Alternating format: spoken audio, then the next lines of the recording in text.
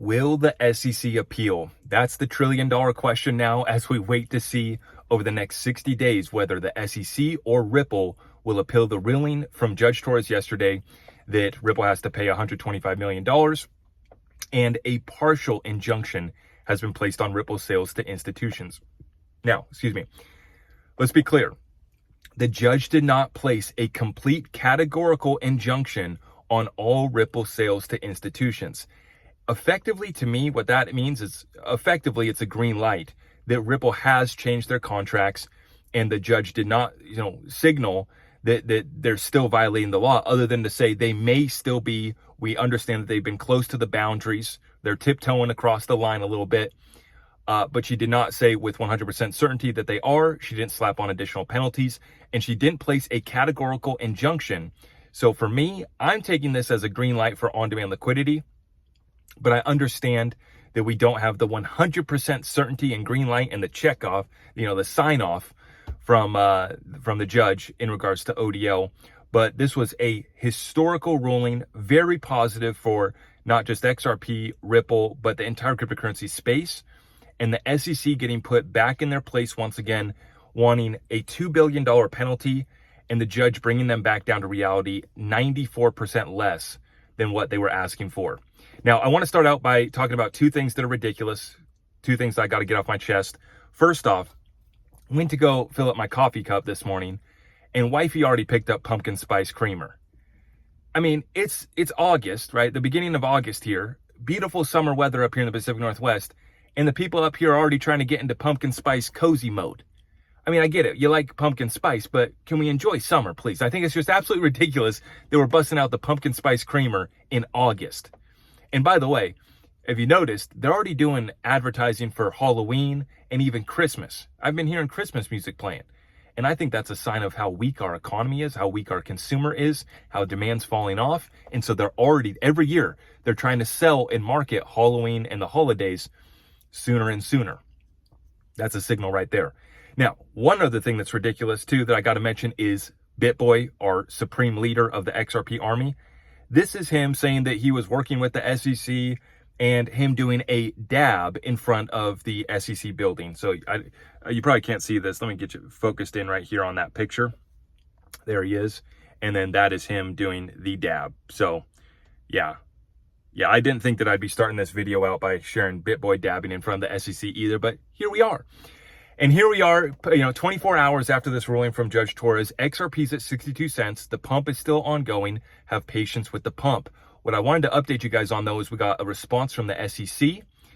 And we also got insight from Fred Rispoli on what this means, what the response from the SEC and Ripple means as far as an appeal. So let's get right on into it. This is a huge shout out to Eleanor Terrett from Fox Business.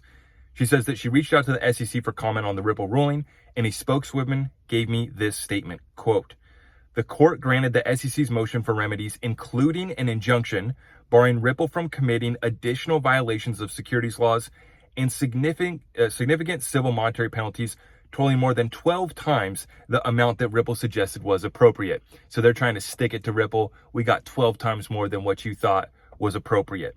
And they also comment on the injunction, but the injunction was so broad in general. It was really weak, right? For the SEC, it's not good. And for Ripple, it's not great. I would argue it is good. It's a level of clarity. There was not a complete injunction. Is it full clarity? Is it the best? No. But we continue on here. As the court found, the fact that Ripple has shown a willingness to push the boundaries of the court summary judgment order evinces a likelihood that it will eventually, if it is not already, cross the line. The court also addressed the egregiousness of Ripple's conduct and noted that there is no question that the recurrent, and this is where the SEC's just revealing just how jealous, just how mad they are at how much money Ripple's been making. Right here. Highly lucrative violation of the Section 5 is a serious offense. So not only is this a violation, it's a highly lucrative one. You bet it is. You bet it is. And we continue on here. As court after court has stated, the securities law apply when firms offer and sell investment contracts regardless of the technology or labels that they use. And that's the silly part, is that there's no really reason for the injunction to be placed. Every single company, every single investor, everybody knows you can't violate the securities laws. You can't violate the Section 5 of the securities laws. That goes without saying. There's no reason for the injunction to be placed. So it's just kind of silly and weak in that regard. The response from both sides shows that each feels they got the better deal. Ripple is celebrating because the fine was $1.75 billion less than what the SEC originally suggested. The SEC is celebrating because Ripple now has to pay 12 times the amount it originally suggested, and the judge agreed that the firm had violated the securities laws. Now, let's get the insight here from our good friend, Fred Rispoli. Fred says this language from both sides is exactly what you typically see from parties that are content with the ruling and do not want to appeal. So you guys let me know in the comments down below, based off these responses, based off the ruling and everything, all the circumstances, will either party appeal? Let me know in the comments down below. Now, this is where I get excited. I was really looking forward to sharing this one with you guys right here from Ashley Prosper on X. And a huge shout out to Ashley Prosper. She helped me get my YouTube channel back when I had that issue earlier this year. Huge shout out to Ashley. And she's been providing great insight, and she's been filing Freedom of Information Act requests, which is exactly what she says she's going to be doing now. She responded and retweeted Eleanor Terrett and says, FOIA time, Freedom of Information Act time. How much of the taxpayers' money did the SEC waste on the Ripple case? I can bet it was way more than $125 million. You know, it's hard to believe that it wouldn't be over 100 million, if not a couple hundred million, just based off the fact that that's how much Ripple paid, right? Now, maybe the SEC's lawyers are cheaper, and they should be for their performance. Their performance is weak. And the loss that they received in this ruling was just one of many L's that the SEC's been taking. In fact, you know, it seems like their tactics really is to push and bend the law, as we've seen the courts, court after court. They want to say court after court reaffirms that you can't break the securities laws. Well, court after court's actually putting you in your place for being, you know, arbitrary and capricious, with no faithful allegiance to the law. And then we could go on and on through all these rulings. And you guys are taking huge losses, just like the debt box case, where you guys were sanctioned by the judge for lying to the court. So if you want to talk about court after court's finding something interesting, we got some interesting things that we found, and we're going to find some more, because Ashley Prosper and in our community, we're not done. See, this is the best part, is that this has always been about more than XRP for us. This whole conversation, my red folder, all of it is, you know, it wasn't about the Fed buying it back for 50,000 XRP from us. It was about putting up a defense. And the reason why it was so important to us is that we knew it's not just XRP. They want to come take it all from us. They want to introduce unrealized capital gains tax on top of all of the rest of their agenda too. They want to take the wealth and the opportunity. This is without a doubt the greatest transfer of wealth in world history. But if they had it their way, they would be accumulating all the assets and controlling even more assets, while we lose out, while retail gets hurt, while retail gets cleaned out, sells out, capitulates. And that's all part of the damages done in the XRP lawsuit. But then also just look at what happened this Monday when the circuit breaker was shut off, and Fidelity, Schwab, all these different trading platforms, Robinhood, they're all down. So retail can't buy the dip, and retail actually ends up selling because they are all getting liquidated. Retail sells off $1 billion while institutions pick up $14 billion. And that's just what we could track. I'm sure they picked up a lot more. This is what's happening right now. And it's all tied in together. It's just that this XRP lawsuit was something that we found ourselves in the middle of, and now the fight is not over just because this case is over. Now, I'm excited to see that, you know, Ashley's coming out here saying that she's going to, you know, do another FOIA request. I'm excited to see that it looks like we're not going to get any sort of appeal, even though I would respect Ripple's right to appeal and decision to appeal if they did, because I get it. And some more clarity would have been nice from the judge, but once again, they cited the historic sales. So even in the statement from Stuart Alvarado, he said the fine and the violation was over historic sales, pointing out once again, this is how we used to do things.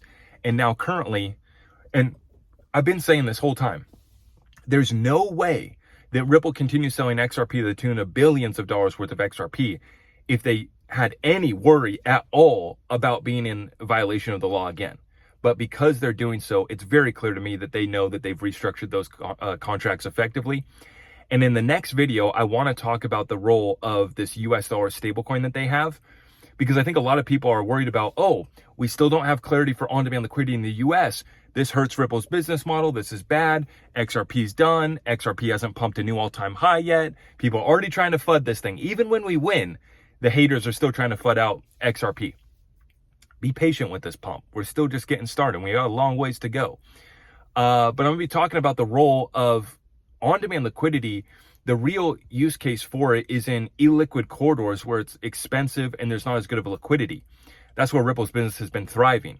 Inside the United States, there's really not even as much of a need for on-demand liquidity or, until you go cross-border. Now, of course, you have networks like the Clearinghouse and others that need to update to real-time payments. You have the FedNow payment system that's updating. Of course, Ripple's part of that task force and helping to, achieve that. But within the United States, I expect Ripple's stablecoin to be used more than XRP. Where XRP will come in is when it's a cross-border transaction or when it's within different assets within the United States, right? Where you would go to the DEX because, the DEX are an exchange because you want to trade out of Ripple's stablecoin or some other stablecoin or fiat into another currency, right? You could go to the XRP Ledger DEX to source some of the best liquidity in the world. And this all comes because Ripple's setting the standard right now with their stablecoin. And this all comes with additional issuers that are going to be bringing more assets onto the XRP Ledger. And then through the bridge that Acceler's making, see, Acceler's, what they're doing with this bridge is it's over 50 different blockchains. It's not just a bridge for the EVM sidechain for Ethereum, right? They're going to be a bridging over 50 different networks. So when you got the system of the bridges to connect with all the different chains, right? But then you get assets issued directly on the chain, right? We're going to have some of the best liquidity in the world, in my opinion, is going to be right on that XRP ledger. And the AMM is slowly building up more and more. And so I got an update on the AMM coming for you guys, and then an update on the role of the stablecoin versus XRP. When will XRP be used? When will the stablecoin be used? A little bit more clarity on that for the community. So make sure you guys subscribe, hit that notification bell so you don't miss that update and more. This is just the first update of today. And if you missed the live show yesterday and you want to see the celebration, yesterday I hopped on a live right after the ruling came out, and that was the initial party that we had. But we still got a long ways to go, folks. We're not going anywhere. We're going to keep bringing updates every single day. Even though this case is over, we still got a lot to talk about, a lot to break down, and a lot of money to make. So let's take advantage of the greatest transfer of wealth in world history. I'll see you in the next one. God bless you all.